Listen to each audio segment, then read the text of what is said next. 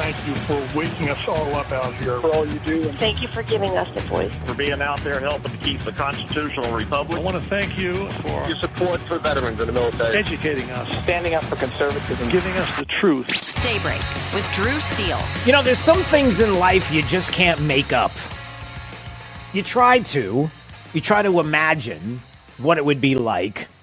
And then when you make it up, there are people that will mock you, will laugh at you, will say you're crazy. Like you couldn't have come up with this. I mean, nobody would script this as a movie because it would be laughable. So here's one laughable moment that is almost hard to grasp. This is yesterday on CNN. It's Representative Adam Schiff, who was just censured. Now, if you understand why and what was going on with Adam Schiff, it's pretty much somebody who was flat out lying and telling everybody lies about things that he knew about Trump and Russiagate. And you could even go into the call with Zelensky and all the weird things that he was doing and saying and the way he was portraying the phone call, remember? And I'm going to say this only 7 times, so you better listen good. I want you to make up dirt on my political opponent, understand lots of it. You know what I'm asking, and so I'm only going to say this a few more times. And by the way, don't call me again. I'll call you when you've done what I asked. So after being censured, he's being asked on CNN by, Anderson Cooper. Here, listen, check this out. Do you have any regrets on how you handle the Russia issue? Obviously, the former president was never criminally implicated for anything involving Russia. No, not at all. I think the investigation of his misconduct was very important. What misconduct? It ultimately led to his impeachment, which I was proud to lead, and it led to the first bipartisan vote to remove a president in U.S. history. I was also proud to serve on the January 6th committee, and I would do all of that again, and I would do it the same way. Yeah. I wonder what Congressman Byron Donald thinks about all of this as he's joining us this morning on Daybreak 92.5 Fox News. It's like you can't make it up, but there's Adam Schiff who's just like, he seems proud. He seems, it's just weird. First of all, good morning. How are you, sir? So, Drew, it's it's like the guy lives in an alternate universe. Yeah. Like I'm not even kidding. And I think this is, he's a symptom of the overall problem, and that's that we are running through 2 sets of information.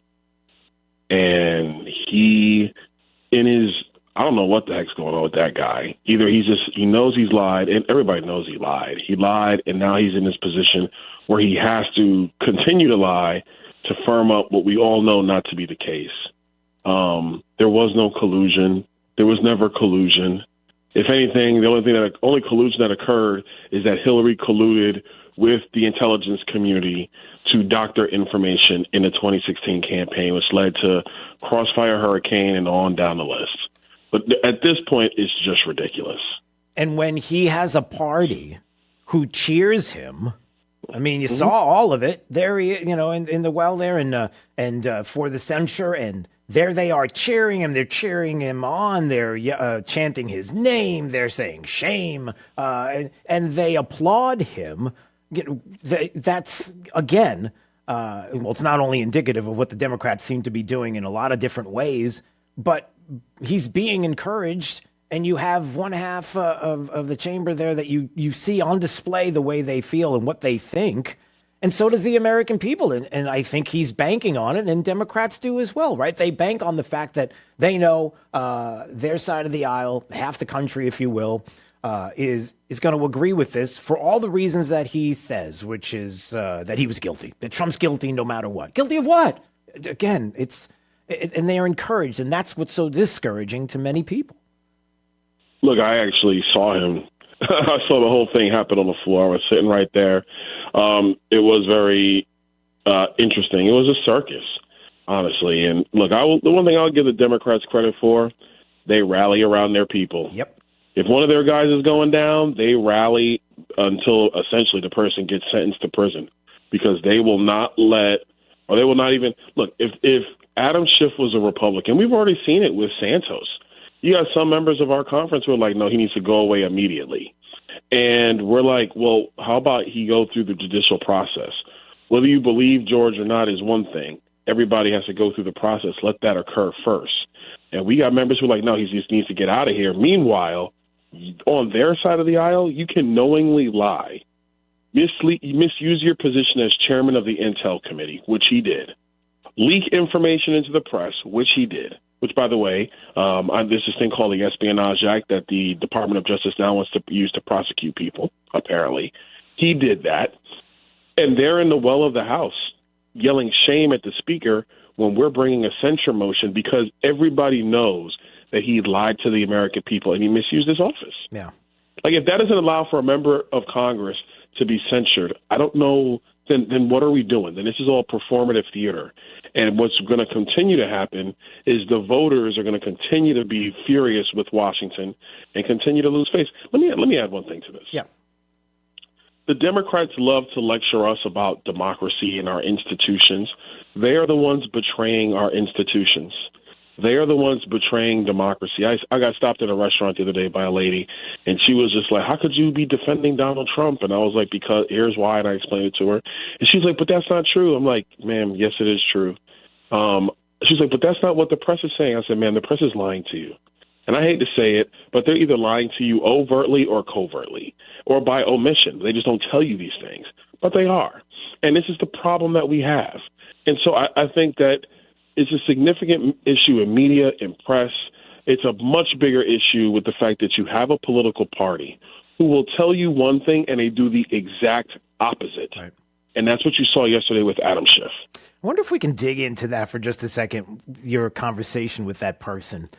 Yeah. You know, because when you're talking to someone, there it is. There's a woman that just comes up to you and says these things and why you're defending Donald Trump. And then clearly she's either being sold something that's a lie or she doesn't know.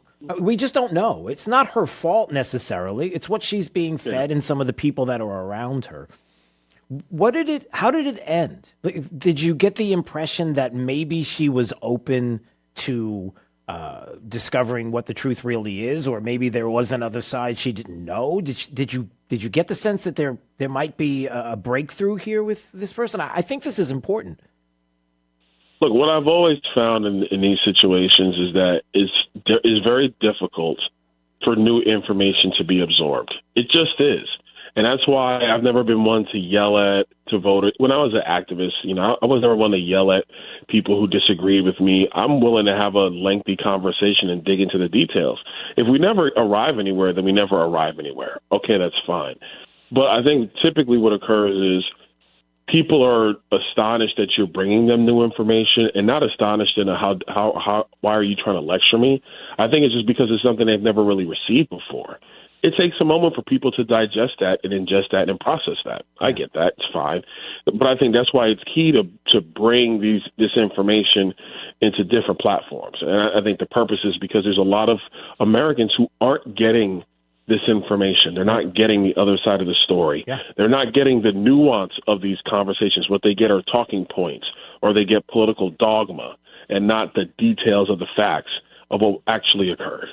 And that's the conversation. And I think this is important. And I don't want people to miss this because it's what I just talked a few minutes about with Senator Rick Scott, who was just on the program. And I was mentioning the fact that I wonder if in a lot of different cases, whether it is, and let me start with this, whether it's what happened with Hunter Biden and what everybody sees and what everybody knows what happened, and I want you to comment on it, or whether it's what happened with the censure of Adam Schiff and what people don't know, that maybe we have in this country hit a wall, and maybe not a wall, but have crossed a line, a point where there are people who behind the scenes maybe either don't know and are getting information from you. Maybe this person thought that they were coming up to you and were going to pull some kind of gotcha, but instead discovered something they didn't know, and maybe they will go home and you planted a seed for them to actually look to find out what it was that you were talking about, and may find out something that they're not getting from friends or the media.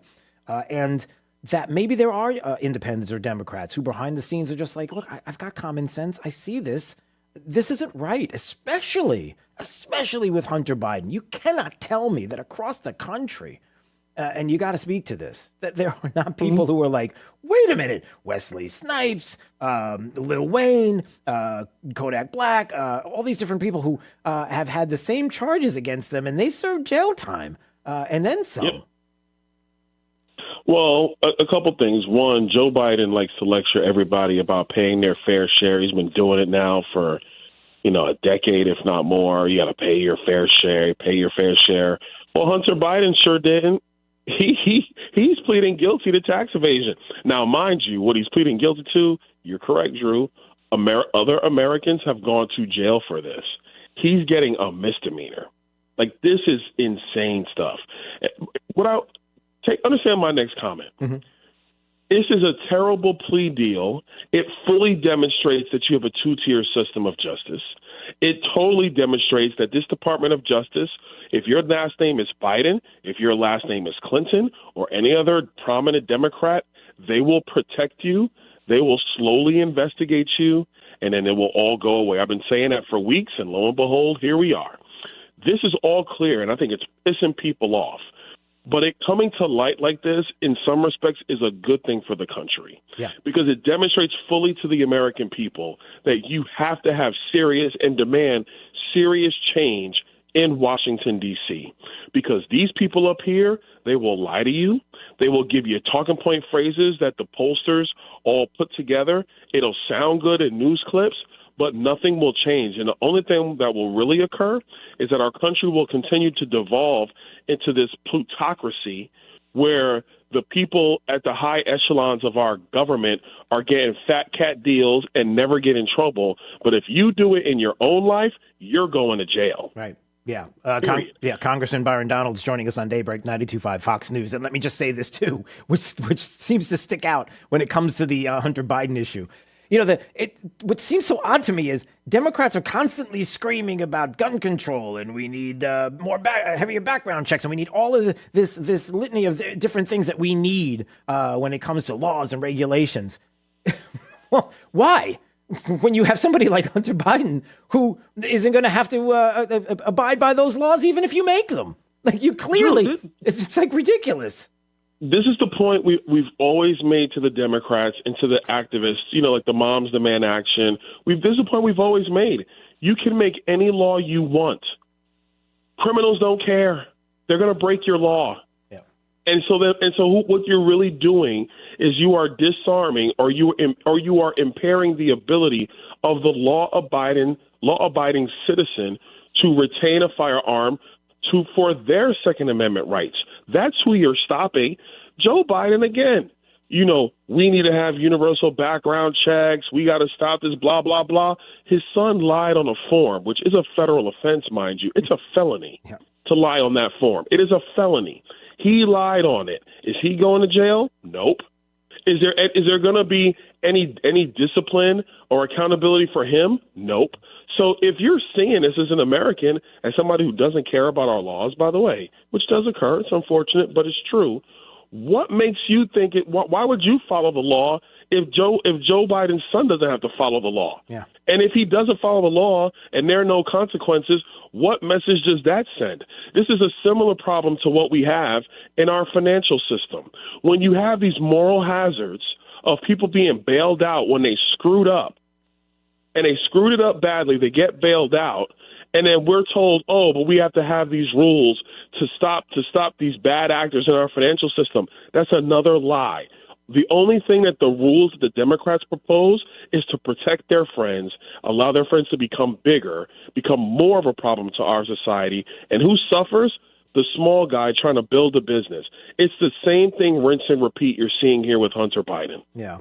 And I might even say to a degree, and maybe quickly you can comment on this, John Durham, there on Capitol Hill yesterday, because Matt Gaetz brought up an important point. I mean, I know that there are people that, Jim Jordan and others happy to see Durham there. You knew the Democrats were going to attack him and say things about, in league with Trump and is just supporting and all the nonsense that they say. And then you have Jim Jordan and others who are laying out the case that he made and everything that was in the report that we knew about and Hillary Clinton and the DNC and the weaponization along with the FBI and the CIA and Comey and Brennan and all the names. Right.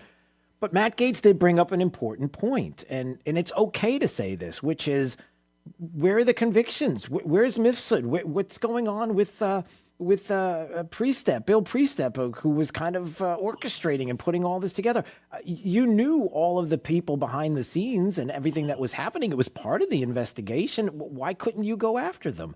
There are legitimate questions that people have, and they want to see some results at the end of the day, not just the exposure of everything, which we get, but what happened?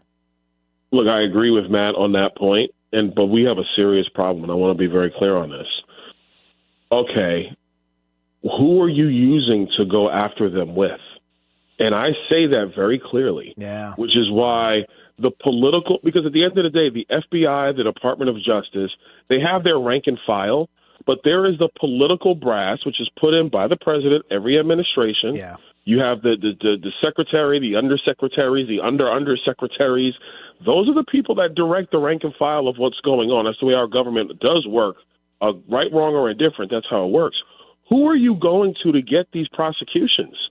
And that's a fundamental problem. And the secondary problem is most of them get charged in the D.C. district.